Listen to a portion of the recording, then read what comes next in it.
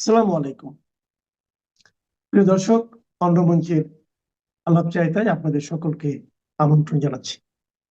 শক্তিসমূহের জরুরি বৈঠক বসেছে। এরকম একটি খবর সামাজিক মাধ্যমে রীতিমতো সয়লাব হয়ে পড়েছে। আর সেই খবরকে কেন্দ্র করে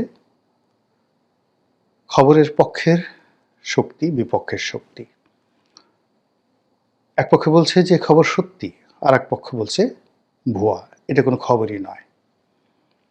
আবার বর্তমান সরকার এবং রাজনীতির পক্ষ এবং বিপক্ষের শক্তি এবং যারা রাজনীতির স্টেক হোল্ডার রয়েছেন তাদের মধ্যে যে বাহাস, সেই বাহাসে অসংখ্য কন্টেন্ট তৈরি হয়ে গেছে সামাজিক মাধ্যমে।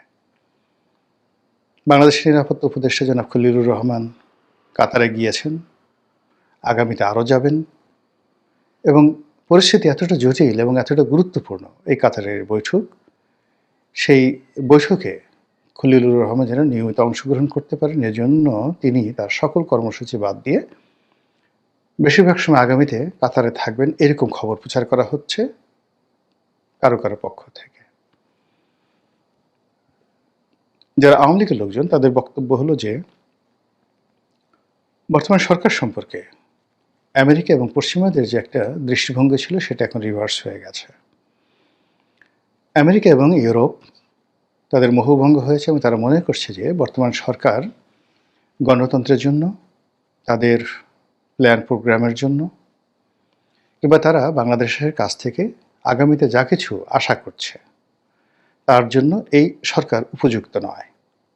ক্ষেত্র বিশেষে সরকার গত 15 মাসে যা কিছু করেছে তার ফলে দীর্ঘমেয়াদে পশ্চিমা যে স্বার্থ, তাদের দৃষ্টিভঙ্গি, তাদের আইডিওলজি, সেই আইডিওলজির বিপরীত কিছু এই বাংলাদেশে ঘটতে যাচ্ছে, এরকম প্রচার হচ্ছে। কাজেই তারা তওবা করতে চাচ্ছে, ফিরে যেতে চাচ্ছে, মাপ চেয়েছে, ক্ষমা চেয়েছে বা ক্ষমা চাইতে তারা প্রস্তুত। কি করবে? আবার সেই যে লাউ সেই কদু, বিএনপির কাছে যাও, কিংবা আবার সেই আওয়ামী লীগের কাছে যাও, আওয়ামী লীগ বিএনপিকে একত্রে বসাও। এটা লিবারেলদের কথাবার্তা, যে আওয়ামী লীগ এবং বিএনপি জাতীয় পার্টি এ সকল রাজনৈতিক দলকে মূল ফোকাসে রেখে অন্যান্য ইসলামী যে রাজনৈতিক দলগুলো রয়েছে তাদেরকে সহযোগী করে ছোট ছোট রাজনৈতিক দলগুলোকে রেখে, যেটাকে ইনক্লুসিভ নির্বাচন বলা হয়, সকল পক্ষ অংশগ্রহণ করবে, প্রয়োজনে এক বা একাধিক রাজনৈতিক জোট হবে, এরকম একটা রাজনৈতিক মেরুকরণ করার জন্য পশ্চিমা শক্তিরা কাতারে বৈঠক করছেন। এটা বলছে যারা মধ্যপন্থা অবলম্বন করেন সেই সকল রাজনৈতিক যারা বিশ্লেষক রয়েছেন তারা। আর আওয়ামী লীগের যারা লোকজন তাদের তো গালগপ্পের শেষ নেই। কাতারের এই বৈঠক নিয়ে তাদের প্রথম বক্তব্য হলো যে তারা মনে করছে আওয়ামী লীগের লোকজন শেখ হাসিনাকে নিয়ে বাংলাদেশের ভিতরে যা কিছু হচ্ছে সর্বক্ষেত্রে খুব দ্রুত সেটা রিভার্স হয়ে যাবে। শেখ হাসিনা সে আগের চেয়ে অনেক শক্তিশালী হয়ে বাংলাদেশে ফিরবেন। এখন তিনি কি সাবেক প্রধানমন্ত্রী হিসেবে ফিরবেন, নাকি নতুন করে পদত্যাগ করবেন, নাকি অতীতে যে পদত্যাগ করেছেন যে কথা বলা হচ্ছিল সেটাকে তিনি আবার নতুন করে সিল সাপোর্ট দিয়ে বলবেন যে হ্যাঁ আমি পদত্যাগ করেছি, অথবা বলবেন যে আমি আগে পদত্যাগ করিনি, এখন দেশের স্বার্থে আন্তর্জাতিক সম্প্রদায়ের অনুরোধে আমি আবার পদত্যাগ করলাম, একটি তত্ত্বাবধায়ক সরকার হোক এবং তার অধীনে একটা নির্বাচনে আমি অংশগ্রহণ করার জন্য বাংলাদেশে এলাম। এ সকল কথাবার্তা আওয়ামী লীগের লোকজন বলেছে। আমি অনেক আগে একটা ভিডিও করেছিলাম, তখন অনেকে আমার সমালোচনা করেছিলেন। ভিডিওটার টপিক ছিল যে বাংলাদেশে কে আগে আসবেন, শেখ হাসিনা আগে আসবেন নাকি তারেক রহমান সাহেব আগে আসবেন। বিএনপির যারা বন্ধু তারা বলছিলেন যে মিস্টার রনির তো মাথা খারাপ হয়ে গেছে, তারেক রহমান সাহেবের সঙ্গে শেখ হাসিনার কি সম্পর্ক? শেখ হাসিনা ইজ আউটস্টেড, তাকে বাংলাদেশ থেকে বিতাড়ন করা হয়েছে, তিনি এখান থেকে পালিয়ে গেছেন, তার রাজনীতির কবর রচনা হয়ে গেছে। আগামী 20 বছরের মধ্যে আওয়ামী লীগের সরেয়া উচ্চারণ করার মতো লোক যেখানে নাই সেখানে বাংলাদেশে কে আগে আসবেন এবং সেখানে তারেক রহমান সাহেবের সঙ্গে যদি শেখ হাসিনার আগমনের তুলনা করা হয়, এর চেয়ে বদভুন্মাতার বাংলাদেশে কে আছে? মতলব বাস লোক কোথাকার। কেউ হয়তো রাগে ফাজিলও বলেছেন, আমি সাধারণত কমেন্ট খুব কম দেখি। কিন্তু আজকের এই দিনে যদি আপনি বাস্তবতা দেখেন, শেখ হাসিনার প্রত্যাবর্তন সম্ভব অসম্ভব নিয়ে আমি একটা কথাও বলবো না, কিন্তু তারেক রহমান সাহেবের দেশে আগমন নিয়ে যে ধোঁয়াশা তৈরি হয়েছে, যে অনিশ্চয়তা তৈরি হয়েছে, যে দ্বিধাদ্বন্দ্ব তৈরি হয়েছে, যে প্রশ্নগুলো উঠছে, সেগুলো আমাদের গত 15 মাসের পুঞ্জীভূত ক্ষোভ, কষ্ট, বেদনা, অনিশ্চয়তার একটি সম্মিলিত রূপ। যা বলছিলাম, কাতারে সেই বৈঠক নিয়ে আওয়ামী লীগের লোকজন যেটা বলার চেষ্টা করছেন যে মূলত আওয়ামী লীগকে মূল রিংয়ে ফেরানোর জন্য পশ্চিমা রাষ্ট্রশক্তি, পরাশক্তি ভারতের মধ্যস্থতায় বা ভারতের ইনফ্লুয়েন্সে প্রভাবে এই কাজগুলো করছে। আওয়ামী লীগের লোকজন মনে করছেন যে এখন বাংলাদেশে যে রাজনীতির দুর্ভিক্ষ চলছে, সেখানে গত 14 মাসে বাঙালির মোহভঙ্গ হয়েছে। তারা বুঝতে পেরেছে কি রত্ন তারা হারিয়েছে, তারা বুঝতে পেরেছে কি সর্বনাশ বাংলাদেশে ঘটেছে। উন্নয়ন, অবকাঠামো উন্নয়ন, মানব সম্পদ উন্নয়ন, কর্মসংস্থান সৃষ্টি, কর্মসংস্থানের যে সৃজন সেটি, এবং বাংলাদেশ নামক রাষ্ট্রটিকে সারা দুনিয়াতে ব্র্যান্ডিং করার ক্ষেত্রে আওয়ামী লীগের কোনো বিকল্প নাই, এটা আওয়ামী লীগের লোকজন মনে করছে। কারণ গত 14 মাসে আমাদের পাসপোর্টের যে করুণ দশা, বিশ্বের বেশিরভাগ দেশ এখন ভিসা দিতে দ্বিধাগ্রস্ত। অনেক জায়গায় ভিসা পাওয়া যাচ্ছে না। বাঙালিরা যেখানে সেখানে অপদস্থ হচ্ছেন বিদেশের মাটিতে।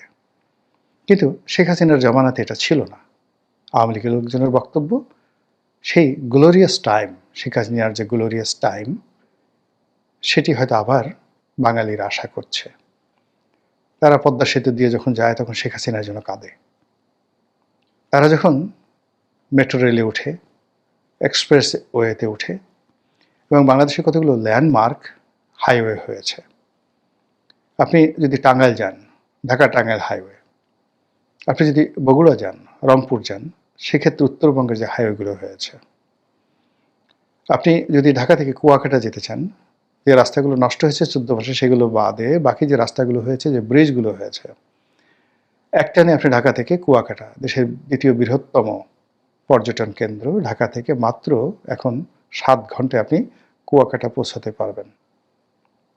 এই কাজের জন্য শেখ হাসিনা প্রশংসা দাবি করেন। এ কাজের জন্য আওয়ামী লীগ প্রশংসা দাবি করে, এবং তারা মনে করে এই যাত্রীতে, মানে এখানে যারা চলাচল করে, তারা সবাই শেখ হাসিনার জন্য কান্নাকাটি করে দোয়া করে, এবং মানুষের দোয়ায় শেখ হাসিনা ফিরে আসবে। এবং এই কারণে তারা মনে করছে যে কাতারে যা কিছু ঘটছে সেটা আল্লাহর রহমত, আল্লাহর বরকত, এবং আল্লাহ যে অনেক কিছু করতে পারেন সেটা এই শেখ হাসিনা ক্ষমতাচ্যুত না হলে বাঙালিও বুঝতে পারতো না, আর আওয়ামী লীগও বুঝতে পারতো না। আওয়ামী লীগের অনেক বদমাস, বাজে লোক, গুন্ডা, তারা এই সেই যাকে বলা হয় গণঅভ্যুত্থানের কারণে ঝরে পড়েছে। আর আমাদের দেশের মধ্যে যে সকল বেঈমান, মুনাফিক, মির্জাফর, আলবদর, আসাম, সারাজাকার এ যুগের, তারা যেভাবে ঘাপটি মেরেছিল, তারা এই দেশটিকে রীতিমতো শকুনের মতো ভাগযোগ করে খেত, তাদের মুখোশ উন্মোচন হয়ে গেছে এই গত 14 মাসে। এটা দরকার ছিল, আওয়ামী লীগের লোকজন সেটা মনে করছে, এবং এটা মনে করে তারা সে কী যে আত্মতৃপ্তি, এখন সেই আত্মতৃপ্তিতে আপনি দেখবেন 32টা দাঁত তো বের করা সম্ভব নয়। হাসলে সর্বোচ্চ আপনি যখন অট্টহাসি দিবেন, যতগুলো দাঁত বের হয়, সেই দাঁতগুলো বের করে তারা এই কাতারের বৈঠক নিয়ে নানা রকম উচ্ছ্বসিত মন্তব্য তারা করে যাচ্ছেন। যারা একটু চালাক, গভীর জলের মাছ, তারা সুন্দর করে বলার চেষ্টা করেছেন কাতার মূলত একটি আওয়ামী ফ্রেন্ডলি কান্ট্রি। কাতারের বর্তমান আমির, এই আমিরের পরিবার এবং এই আমিরের বাবা, তারা সবাই শেখ পরিবারের সঙ্গে, বঙ্গবন্ধু পরিবারের সঙ্গে, আওয়ামী লীগের সঙ্গে মারাত্মকভাবে মানে তাদের সম্পর্ক রয়েছে। এখানে মারাত্মক বললাম এই করে যে বাংলাদেশের লোকজনকে সাধারণত মধ্যপ্রাচ্যে যারা শেখ রয়েছেন, আমির উমরা রয়েছেন, তারা পাত্তা দিতে চান না। মধ্যপ্রাচ্যে রাজা বাদশাদের দরবারে একমাত্র এরশাদ সাহেব, বিশেষ করে যে এখন দুবাই না, আরব আমিরাতের যে আল নাহিয়ান পরিবার, এই আল নাহিয়ান পরিবারের সঙ্গে হুসেন মোহাম্মদ এরশাদের একটা সম্পর্ক গড়ে উঠেছিল। এর বাইরে আরবের লোকজন, তারা এই বাংলাদেশে যারা লোকজন আছে তাদেরকে লেবার, প্লাম্বার এরকম লোকজন মনে করে। অন্যদিকে শহীদ প্রেসিডেন্ট জিয়াউর রহমান সাহেবের সঙ্গে তৎকালীন সৌদি বাদশার একটা সম্মানজনক সম্পর্ক গড়ে উঠেছিল, এবং তারই স্মৃতিস্বরূপ এখনও আরাফাতের ময়দানে আমরা সেই জিয়াউর রহমানের যে উদ্ভাবিত নিম গাছ, সেই নিম গাছ আমরা দেখতে পাই। মরুভূমির মাটিতে নিম গাছ জন্ম নেয়, এই ধারণাটি শহীদ প্রেসিডেন্ট জিয়াউর রহমান সৌদি রাজপরিবারে তিনি ঢুকিয়েছিলেন, এবং তার প্রেক্ষিতে শহীদ প্রেসিডেন্ট জিয়াউর রহমানের স্মৃতিতে সেখানে প্রচুর নিম গাছ বপন করা হয়েছে। এখন ফুলে ফলে প্রস্ফুটিত হয়ে সেখানে নিম বাগান তৈরি করে ফেলেছে, মরুদ্যানের মতো করে। এবং এই সুবাদে সৌদি রাজপরিবারের সঙ্গে বিএনপির একটা ভালো সম্পর্ক ছিল একেবারে, সেটা 2014-15 সন অবধি। এবং ওই সময়টাতে রাজকীয় মেহমান রূপে বহুবার বিএনপির নেতাকর্মীরা সৌদি আরব ভ্রমণ করেছেন। কিন্তু মোহাম্মদ বিন সালমান উনি ক্ষমতা আসার পর, বিশেষ করে যুবরাজ নির্বাচিত হওয়ার পর, এই পরিস্থিতি রিভার্স হয়ে গেছে। বিএনপির জন্য এখন আর সৌদি আরব অভয়ারণ্য নয়, বরং মোহাম্মদ বিন সালমানের সঙ্গে শেখ পরিবারের, বাংলাদেশের শেখ পরিবারের ব্যক্তিগত সম্পর্কটা কোন পর্যায়ে গিয়েছিল, এটা নিরপেক্ষভাবে যদি আমি এখন বলি, আমাকে সবাই এখন আওয়ামী লীগের দালাল বলার চেষ্টা করবেন। কিন্তু তারপর আমি বলেছি, মোহাম্মদ বিন সালমান বাংলাদেশে আসতে চেয়েছিলেন শেখ হাসিনার জমানাতে। যদি তার পতন না হতো, তাহলে হয়তো সেই 2025 সনের ফেব্রুয়ারি বা মার্চ মাসে মোহাম্মদ বিন সালমান আসতেন।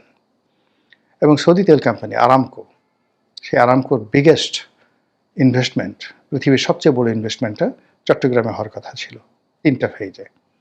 চট্টগ্রাম ইস্টার্ন রিফাইনারিকে আধুনিকীকরণ, নতুন এলএনজি টার্মিনাল নির্মাণ, এবং গভীর সমুদ্রে রিফাইনারি প্রতিষ্ঠা করা, এবং সেই রিফাইনারি থেকে এই যে আমাদের যে দক্ষিণ পূর্ব এশিয়া সহ বে অফ বেঙ্গল কেন্দ্রিক যে সকল দেশ রয়েছে, ইন্দোনেশিয়া, চায়না, তারপর সিঙ্গাপুর, এ সকল এলাকাতে সৌদি তেলের যে বাফার স্টক এবং সরবরাহ, সেই ব্যাপারে তাদের একটা মাস্টার প্ল্যান ছিল। $1 ট্রিলিয়ন একটা ইনভেস্টমেন্ট পরিকল্পনা হচ্ছিল ওই জমানাতে।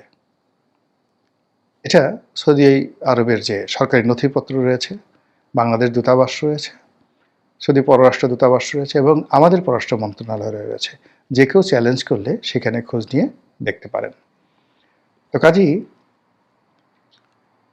আরবের ভূমিতে এই যে মুসলমান রাজা বাদশাদের বা আমাদের দেশের রাজনৈতিক নেতৃবৃন্দের যে সম্মান এবং মর্যাদা, এই যে যতটুকু বললাম এর বাইরে হয়নি। বাকি সবাই সেখানে ফকির, লেবার এরকম হিসেবে ট্রিট করে।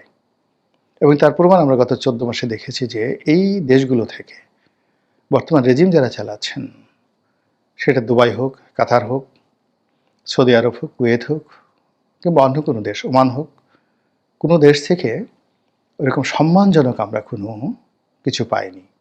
তার এই ধারাবাহিকতায় আওয়ামী লীগের লোকজন বলার চেষ্টা করছেন, যেহেতু কাতার এখানে নেগোসিয়েশন করছে, সেখানে কাতারের আমির, তাদের সেনাবাহিনী প্রধান, তাদের ডিজিএফআই প্রধান, মানে ডিজিএফআই বলতে তাদের তো ডিজিএফআই নয়, তাদের হয়তো অন্য নামে আছে, তারা এখানে যে নেগোসিয়েশনগুলো হচ্ছে, সেই নেগোসিয়েশনে তারা শেখ হাসিনার পক্ষে অতীত সম্পর্কের কারণে তারা ওকালতি করছেন।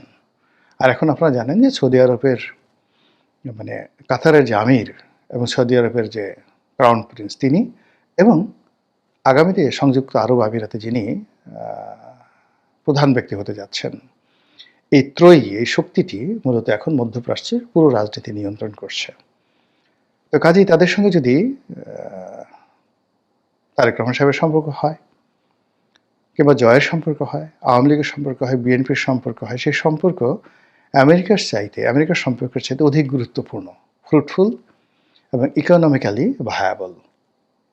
সেই অর্থে কাহাত্তারে এই বৈঠক নিয়ে যে কিছু হচ্ছে, মানে একেবারে যে মিথ্যা তাও যেমন বলা যাচ্ছে না, কোনো কিছু উড়িয়ে দেওয়া যাচ্ছে না, এবং এটার যে গুরুত্ব আছে এটা অবশ্যই আপনাকে স্বীকার করতে হবে। এখন আসলে সেটা কি হচ্ছে সেটা সময় হলে দেখা যাবে। আল্লাহ আমাদের সবাইকে হেদায়েত দান করুন এবং হেফাজত করুন। আসসালামু আলাইকুম ওয়া রাহমাতুল্লাহি ওয়া বারাকাতুহু।